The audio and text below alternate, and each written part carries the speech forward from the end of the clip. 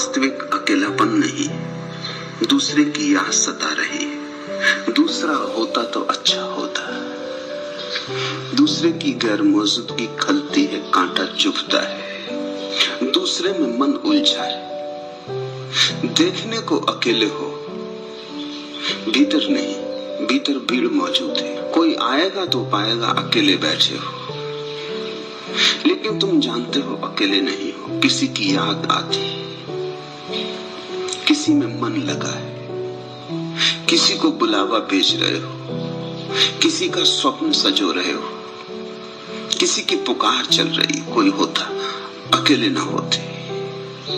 अकेलेपन से राजी नहीं हो। आनंद तो दूर, इस अकेलेपन में शांति भी नहीं। अशांत हो, उद्विग्न हो, जल्दी ही कुछ ना कुछ उलझाव खोज लोगे। चले जाओगे मित्र के घर, क्लब में, बाजार में, अखबार पढ़ने लगोगे, रेडियो सुनने लगोगे, कुछ करोगे, कुछ उलझाव बना लोगे। ये अकेलापन नीरस है, ये अकेलापन भौतिक है, मानसिक नहीं, आध्यात्मिक तो बिल्कुल ही नहीं। एकांत दूसरे प्रकार का अकेलापन। एकांत का अर्थ है रस आने लगा, अकेले होने में मजा आने लगा। अकेलापन एक गीत की तरह है। अब दूसरे की याद भी नहीं आ रही, अपने होने का मजा आ रहा है। दूसरे की याद भी भूल गई है, दूसरे का कोई प्रयोजन भी नहीं है, व्यस्त होने की कोई आकांक्षा भी नहीं है। बड़ी शांति है। पहला नकारात्मक है, दूसरा विधायक। पहले में दूसरे की अनुपस्थिति खलती है, दूसरे में अपनी उपस्थिति में रस आता है। पहले में तुम अपने से नहीं जुड़े, दूसरे में तुम अपने से जुड़े हो।